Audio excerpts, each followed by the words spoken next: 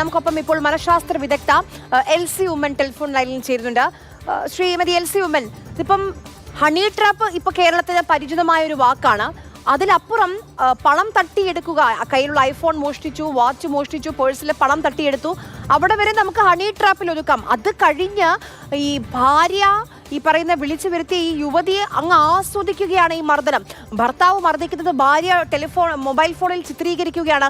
വെറും ചിത്രീകരിക്കുക മാത്രമല്ല, ആ മർദ്ദിക്കുന്നത് കണ്ട് സന്തോഷിക്കുന്നു, ചോര വരുമ്പോൾ സന്തോഷിക്കുന്നു. എന്താണിത്? ഇതൊരു സോഷ്യൽ എഞ്ചിനീയറിംഗ് അറ്റാക്കിന്റെ വിഭാഗത്തിൽ നമുക്ക് പെടുത്താവുന്നതാണ്. അതായത് ഒരു വ്യക്തിയെ അവര് ഏതാണോ ഇരയെ ട്രാപ്പ് ചെയ്യേണ്ടത് ആ ഇരയെ കുറിച്ച് വ്യക്തമായിട്ട് അവർ പഠിച്ചെടുക്കും. അവരെ പൊട്ടൻഷ്യൽ വിക്ടിംസ് ആരാണെന്ന് അവർ ആദ്യമേ പഠിച്ചെടുക്കും. എന്നിട്ട് അവരെ കുറിച്ചുള്ള സകല വിവരങ്ങളും അവർ ഗ്യാദർ ചെയ്യും.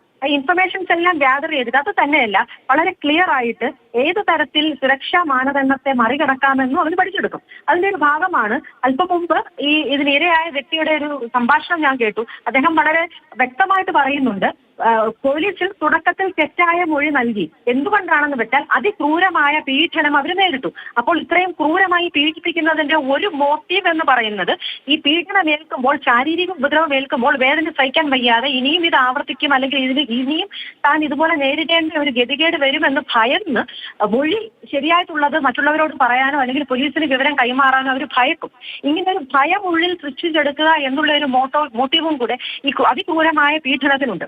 അത് തന്നെയല്ല, നമ്മൾ ആ ഈരയുടെ സംസാരം ഞാൻ കേട്ടതിനകത്ത് ഞാൻ മനസ്സിലാക്കുന്നത് അവിടെ ഒരു ആഭിചാര ക്രിയയുടെ ഒരു ആംബിയൻസ്, അല്ലെങ്കിൽ ഏതെങ്കിലും ഒരു മന്ത്രത്തിന്റെയോ അല്ലെങ്കിൽ മന്ത്രവാദത്തിന്റെയോ ആ തരത്തിലൊക്കെയുള്ള ആംബിയൻസ് ഉണ്ട്.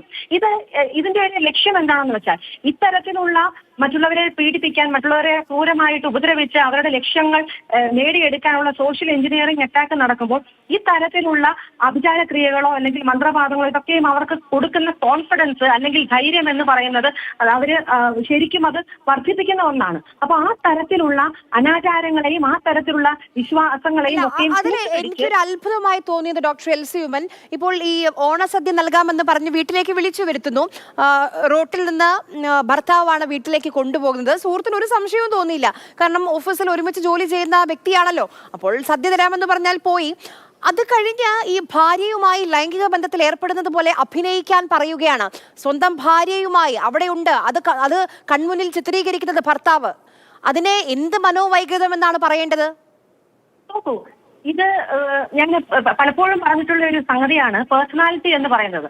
ഇപ്പോൾ ഈ സുഹൃത്ത് ഒരുമിച്ച് ജോലി ചെയ്തതാണ്. അപ്പോൾ യാതൊരു രീതിയിലുമുള്ള ഒരു അവിശ്വാസം നേടിയെടുക്കത്തക്ക രീതിയിൽ യാതൊരു ലക്ഷണങ്ങളും കാണിച്ചിട്ടില്ല, എക്സെപ്റ്റ് ഫോർ വൺ ഫാക്ട്. അതായത് ഇവര് ഒരു സ്ഥലത്തും ജോലിയിൽ തുടർന്നു പോയിട്ടില്ല. 1-2 വർഷം കഴിയുമ്പോൾ ജോലി ഫ്രീക്വന്റ് ആയിട്ട് മാറുന്ന ഒരു പാറ്റേൺ ഇവർക്കുണ്ടായിരുന്നു. അതിന്റെ അർത്ഥം അവർക്കൊരു അഡ്ജസ്റ്റ്മെന്റ് ഇഷ്യൂസ് എല്ലാ സ്ഥലങ്ങളിലും ഉണ്ടായിരുന്നു. അതൊഴികെ മറ്റ് പ്രശ്നങ്ങളൊന്നും തന്നെ തോന്നിയില്ല. അതായത് മറ്റുള്ളവരുടെ വിശ്വാസത്തെ നേടിയെടുക്കത്തക്ക രീതിയിലുള്ള നല്ല രീതിയിലുള്ള പ്ലസന്റ് ആയിട്ടുള്ള ഒരു പെരുമാറ്റമായിരുന്നു മുൻപേ നടന്നുകൊണ്ടിരുന്നത്. അതുകൊണ്ടാണ് ഓണസദ്യക്ക് വിളിച്ചപ്പോൾ അവർ ധൈര്യപൂർവ്വം ചെന്നത് തന്നെ. അപ്പോൾ ഇത്തരത്തിലുള്ള മുഖംമൂടി അണിഞ്ഞ് നമ്മുടെ സമൂഹത്തിൽ പലരുമുണ്ട്. ആ മുഖംമൂടി മാറുമ്പോഴാണ് പേഴ്സണാലിറ്റി എന്നുള്ളത്, അതായത് പേഴ്സോണ എന്ന വാക്കിന്റെ അർത്ഥം തന്നെ മുഖംമൂടി എന്നാണ്. ഈ പേഴ്സണാലിറ്റി എന്ന പദം വന്നത് തന്നെ ഈ ഒരു പേഴ്സോണ എന്ന പദത്തിൽ നിന്നാണ്. ഇത്തരം മാസ്ക് മാറ്റി കഴിയുമ്പോൾ, മുഖംമൂടി മാറ്റി കഴിയുമ്പോൾ മാത്രമേ ഒരു വ്യക്തിയുടെ യഥാർത്ഥ രൂപവും യഥാർത്ഥ ഭാവവും നമുക്ക് മനസ്സിലാക്കാനായിട്ട് സാധ്യമാകുകയുള്ളൂ. ഇത് നോക്കിയാൽ ഇത് ഒരു നെക്സസ് ഉണ്ട്, ഒരു ഗ്യാങ് ആക്ടിവിറ്റി ഉണ്ട്. അദ്ദേഹം പറയുന്നുണ്ട്, ആരെയോ ഫോണിലൂടെ വിളിച്ച് വിവരങ്ങൾ ആരായുന്നുണ്ട്, ഇൻഫർമേഷൻ ആരായുന്നുണ്ട്, ഗൈഡൻസ് ആരായുന്നുണ്ട്. അപ്പോൾ അവരെ കണക്ട് ചെയ്യുന്ന മറ്റ് വ്യക്തികൾ ഉണ്ട് എന്ന് കൂട്ടിക്കോ. അപ്പൊ ഇത്തരത്തിലുള്ള ഗ്യാങ് ആക്ടിവിറ്റീസും അവിടെ തീർച്ചയായിട്ടും നടന്നിട്ടുണ്ട്.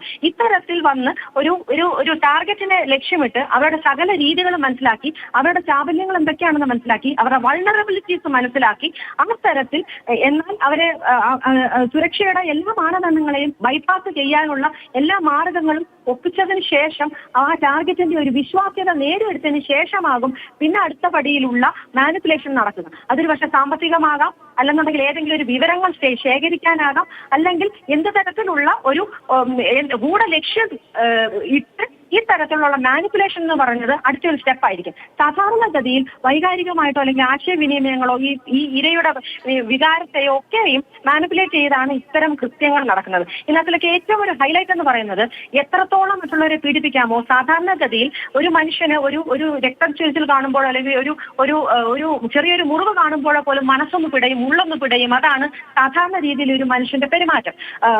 മനുഷ്യരും മൃഗങ്ങളും തമ്മിലൊരു വ്യത്യാസം തന്നെ അതാണ്. മനുഷ്യനകം അനുകമ്പ എന്നൊരു ഫീലിംഗ് ഉണ്ട്, മനുഷ്യന് കുറ്റബോധം എന്നുള്ളൊരു ഫീലിംഗ് ഉണ്ട്. അപ്പൊ പരിഷ്കൃതനായിട്ടുള്ളൊരു മനുഷ്യരിൽ നിന്നും നാം അതാണ് പ്രതീക്ഷിക്കുന്നത്. പക്ഷെ ഇത്തരം ആൾക്കാരുടെ ഒരു തലച്ചോറ് എന്ന് പറയുന്നത് മിറർ ന്യൂറോൺസ് എന്ന് പറയുന്ന അനുകമ്പ തരുന്ന അല്ലെങ്കിൽ മറ്റുള്ളവരോട് ഒരു നിർമ്മലമായിട്ടുള്ള ഒരു പെരുമാറ്റം അല്ലെങ്കിൽ ആ മനസ്സിലായി. തരത്തിൽ. വളരെയധികം നന്ദി ഡോക്ടർ എൽസി ഉമ്മൻ സംസാരത്തിന്. അവർ ഡോക്ടർ പറഞ്ഞതുപോലെ അനുകമ്പ എന്നുള്ളൊരു ഭാവം, ആ ഒരു വാക്ക് പോലും ഇവർ കേട്ടിട്ടുണ്ടോ എന്ന് സംശയമാണ്. അവരെ നമ്മൾ കണ്ടുകൊണ്ടിരിക്കുകയാണ് നമ്മുടെ സ്ക്രീനിൽ. ജയേഷും പുറകിൽ നടന്നു വരുന്നതുമാണ് ഭാര്യ രശ്മിയും. പശ്ചാത്താപത്തിന്റെ ഒരു കണ്ണിക പോലും അവരുടെ മുഖത്ത് നമുക്ക് കാണാൻ കഴിയുന്നില്ല.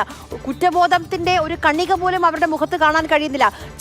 ചെയ്തു പോയതിൽ എന്തെങ്കിലും ഒരു തെറ്റുണ്ടെന്ന് വിശ്വസിക്കുന്ന രണ്ട് മനുഷ്യരാണ് ഈ സ്ക്രീനിൽ കാണുന്നത്. നമുക്ക് വിശ്വസിക്കാൻ കഴിയില്ല. കുടുങ്ങിപ്പോയി എന്നതിലപ്പുറം മറ്റൊരു ഭാവവും അവരുടെ മുഖത്ത് നമുക്ക് കാണാൻ കഴിയുന്നില്ല.